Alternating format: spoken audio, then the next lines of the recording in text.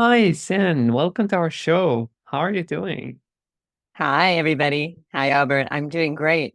Thanks for having me on the podcast today. Awesome. I'm very excited about our conversation and learning more about your very interesting story. As you mentioned, you wrote a novel recently. It's called On Mexico Time. So maybe can you tell us more about that and a little bit more about yourself? Yeah, thank you. I did write my first novel. It's called Mexico Time, and it's about my journey from leaving Los Angeles, Hollywood, working in Hollywood, writing and producing film and TV, having a great life there. But I was always seeking more and more and more, and made my way south of the border to the good side of the dirt, as we call it. And I found a little town here in Mexico, San Miguel de Allende, and discovered something, discovered myself, discovered some things that I was avoiding while living in Los Angeles. And I'm a much happier person now. And it took a long journey of inner peace, the inner way out. And that's what the book is about. It's about, this journey that I've taken in the last couple years since the pandemic. Yeah, that's very, very interesting. And I think for some people it might be obvious what you're talking about, but for some others they might be like, wow, like why would you leave all that? This is our dream life, like living in Hollywood and all this fancy things, maybe lavish lifestyle or something like that. So how would you justify it? And before you mentioned that you had this transformation in Mexico, right?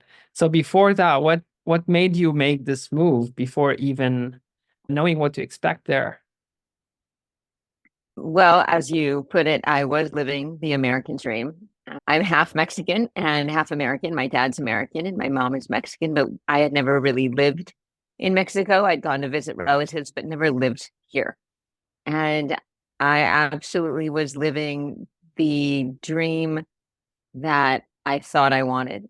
And it was a rush, and it was happy, and it was a little bit successful, not to the level of any success that I thought that I wanted, but you get to the point when either you keep going and you can push, and there's a lot of people that are living a huge successful dream that they had, that it's no longer a dream, it's that reality. It's like that's your life, right? And I did have a little bit of that, and it was fun. And but it was a rat race, and something that I think some people are not able to keep it going. And something happens when you're in it and you're doing it. And any industry, not only the entertainment industry, any industry you're in, especially in big cities or well, any city, if you're pushing towards everything that you want or that you think you want, it's a never ending 24-hour treadmill. It's like you're just going and you're going and you're going. And um thinking you for me it was, and I think a lot of people can relate to this, it's that constantly wanting more. And you need to keep chasing that more, maybe for your family, for your kids. For me, it was myself. I was, I had my career as my number one. I didn't have a family. I had a boyfriend, but I was pushing and pushing and pushing, and I collapsed. I had a mental collapse. Also, I had a lot of addictions to keep my life going, to keep whatever I was trying to run from, numb from, which was a childhood trauma for me. So I had a lot of addictions going. And I'm sure a lot of people can either relate to that or know people in their lives that get addicted to something, whether it be food, alcohol, drugs, sex, appearance. I had a skinny disease, so I had to always be super. Especially living in Los Angeles, you have to look a certain way, you have to be a certain way, you have to push a certain way. And I had an emotional collapse, and it did start with an actual breakup, a love that I thought was it, and it was over, and I had an emotional collapse, which was a all an existential collapse for Yeah. me. And I took a trip to Mexico, and actually I came here first over a new guy, somebody to get me out of the pain that I was in back in LA. And so I come to Mexico on a little escape getaway vacation, find out that the guy that I'm chasing then in Mexico, not chasing, but went Yeah. to be with, was the same kind of guy, that a narcissistic kind of womanizing guy. And I'm like, I keep, attracting the same thing that's like two steps forward, one step back. And it was easier to just be done with that guy. But I stayed in Mexico for some time because something happened when I arrived, which was a connection, number one, to my roots that I had never really experienced. And a lot of Latinos living in the United States or anywhere in the world might not have ever gone back to their countries. There's a lot of us and actually don't even speak Spanish. I speak Spanish, fortunately, but a little magic started to happen. And that magic was just a slowing down of my thoughts, my heart, my whole self, to the place of where I could actually meditate. I could go to yoga, and it was a different kind of experience here, not a exercise yoga. And something just started to happen. A lot of healing started to happen. And then COVID happened, where we Mhm. had to shut down and Yeah. we had to be, with ourselves, ensconced in whatever place we were in with ourselves. Yeah. And so I bought a little place here in Mexico because I had some money. I didn't, want it sitting in the bank at the time. So I'm like, I'll just buy a little place. And I ended up staying here because I was very fortunate enough to be able to work remotely for what I was doing at the time, still working in some form of production for entertainment, but there was nothing, there was no productions happening. There was nothing happening. So I got in touch with myself, which I think a lot of people did during COVID. Either you realize, okay, this life sucks, I got to change it, or you get even more bonded with your family and your nucleus and your people. I was alone at the time, and I was alone in a foreign country. And it was still easier to make friends once COVID, the restrictions let up. There's a lot of expats here. There's a lot of foreigners, especially in this town. It's a very, it's a beautiful colonial, old town. And I made a lot of friends here, and I made the decision slowly. It wasn't a big leap because that's hard to do and leave everything behind and move somewhere. But I did it slowly. I would go back to Los Angeles and start to feel this thing like, I don't, this isn't me anymore. This is, I, I, I felt like a fish out of water. And in Mexico, I felt like it was a new exploration. Like there was so not only a new country to explore, I was exploring me in that country. And it was a whole, something just came over me. I can't explain it exactly, but I know that I feel it. So, and then at the time, the writer's strike happened in Los Angeles, and I had a script that was going to be picked up by a director, and then he couldn't buy it at the time. So I was like, well, what do I do? And I was traveling in Costa Rica, and I'm like, well, what am I going to do? I can't sell another script. This is how I was making my living at the time. And so I said, well, I'm just going to write the book, because that was in my, not a dream. It was very daunting to write a novel because I was comparing myself to all of the great authors that I like to read. And I was like, I can't do it. But it was a bucket list. And I was like, if I can just get this down on the page in my form of talking, my form of just putting it down in my style, I'm not going to worry about, other authors that I can't even compare myself to. But I had my friends start to read it who are writers or producers, and they're like, this is actually really good. It's fun. It's fast paced. It's you.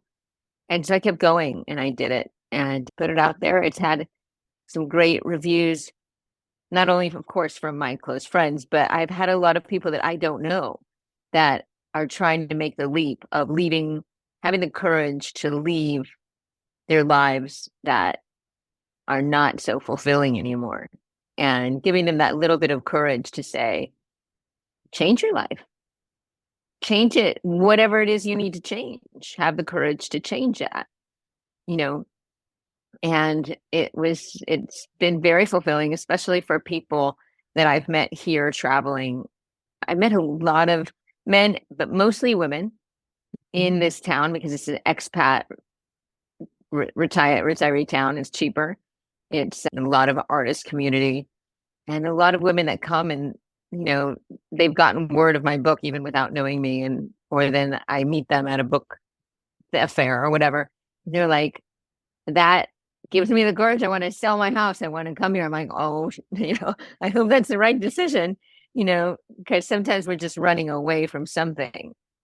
And if we run away from something and do it geographic and go somewhere else, that thing we're running from will eventually be there with us, catch up to us, because wherever we go, there we are. But it's mostly, I see a lot of friends that I've made that are in that same healing process. Either they're divorced or widowed or retired. And like, why am I living where I'm living? I can just go somewhere new and have a new life. So I think that answered the Yeah, question in a absolutely. roundabout way. Yeah. Yeah, that's very inspiring. It's a lot, and I feel like it resonates with too many people, including myself. I definitely have lots of questions about it for you. The first thing that came to my mind when you were saying about numbing your feelings, numbing your traumas, your pain. So I think this is a path a lot of people take. And you also mentioned that you had an existential crisis, kind of, in order, it triggered you to pursue your new self-discovery path. So my question to you is, do you think it takes an existential crisis for someone, it only takes an existential crisis for someone to like kind of wake up and go on this self-discovery journey, or it can happen on their own? Because in my view, if like for me, it took an existential crisis, for example, and but I'm curious for other people, like, will it be possible for them to find out about that without and stop numbing? Because numbing, you mentioned addiction, but numbing could be done. Well, it's all form of addiction. We can say work is an addiction as well, like being workaholic, pursuing new titles, new like overachieving at work, or with your body at the gym, or whatever way you take. I think people usually keep doing, like, keep pushing more, trying to get fulfilled in their life until they hit a brick wall and they can't push further, and here the collapse happens. So what, I'm curious, what's your thought on that? I feel that there's lucky people that do not need to hit their knees, as I call it. You hit the point that you hit your knees Yeah. in an existential crisis, that are seeking and that are able to find it and find that, so that spiritual, I'm not talking about religious, I'm talking about a spiritual connection that fulfills them without the need for an existential crisis. Those are very lucky people. And those are, to me, very advanced people that are able to be there and go there without that point of having to hit your knees and have a wake-up call to what you don't even know what it is that you need. And as you said, there's so many forms of addiction. Yes, workaholism, I had that, and body image. I was a exercise bulimic, it's called, in the circles of 12-step programs that I've done, all sorts of 12-step recovery programs. And I call it skinny disease, the need to always lose the 5 pounds to be, look and feel a certain way that was, not the way. And any other addiction. Pill addiction is a huge, I mean, that's the biggest, is the pills. The psychiatrist that prescribes you those pills, those were my drug dealers, right? Yeah. And then, of course, alcohol and marijuana. I mean, for me, marijuana, I was living in Venice Beach, California, on the weekends. Venice Beach. I mean, it's like the pot, the marijuana is everywhere, every corner, every 7-Eleven. Oh It's wow. illegal. Yeah. It's legal. Yeah. As in many, many other states here Yeah, in it's the here United States. as well. Yeah, so it's legal and it's what that's fine. So it's all how you abuse it, just like alcohol is legal. So it's all Right. how you abuse it. And the numbing effect I had to numb out some trauma that I didn't even know I was numbing, as I said. I'm upfront about it. My dad is a bipolar, mental anxiety, suicidal with uh, two attempted suicides that killed me as a child. I grew up thinking I wasn't good enough to even keep my father alive, which is a very hard thing to grow up with as a child. So I had to push through a lot of resentments and a lot of memories and a lot of self sabotage. And I didn't know where it was coming from. And also a sense of having to be and having that need to have more. I am someone. I have, the power and the money and the prestige, and I need to get it, get it, get it to fulfill this hole that I've been living with as a child, a broken child Yeah. within my family, dysfunction, and learning for ways to navigate and deal with family dysfunction was my healing. So I not only got in touch with myself, there was all this healing of trauma I had to work through and understand. Because not only do you have this aha moment, you know, Yeah. it takes a lot of pushing through uncomfortable places Right. if you have the uncomfortable places that you need to not numb out from. And that's everybody's personal, you know, hell or personal self discovery, which is a wonderful place when you start to go through it. So I think each person is, you know, a totally different. I commend those people that don't need to hit rock bottom to find Yeah. a way out of it.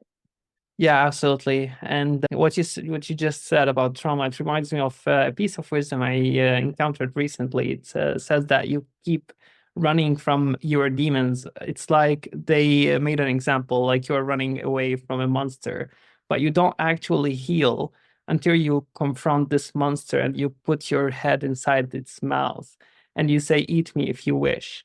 And at this moment, the monster will bow in front of you, and you will definitely start healing. So that was like a very profound thing I read in a book. It's called Heal Your Nervous System. It's a very interesting book. So yeah, the next question for you was about your book actually, that you mentioned that you had this idea, but you were skeptical whether to go with it, but you like absolutely followed your intuition, right? So this is my point here about intuition. What's your thought on that? Like for people are who have passion about something, but they are afraid of doing it. Maybe it will yield something. Maybe it will fail. So I think you were in such a situation. And so how would you deal with it? And how would you advise people to deal with that? Well, if you have the inner voice that's coming from your gut or from somewhere inside of us telling you, just do it. And the Nike thing, just do it. Just do it. Whatever that voice is telling you, first, you have to be quiet enough to listen to it because it could be shouting at you and you're still not going to hear it, or your fears don't let you hear it. And as I said, I was in Costa Rica and I procrastinated so much. I heard that little voice and said, just sit down and write it. Just sit down and write it. I had tried to write other books before. I got bored with them after the first or second chapter. I'm like, it's not worth a book. But here I had a beginning, middle, and an end. I had the story. It was my story. So it was an easier thing to put on the page because it was very cathartic. And I had nothing else to do. I mean, what else do we have to do in our lives? Either you're going to do it or you're going to keep living and Yeah, regret that you didn't do it.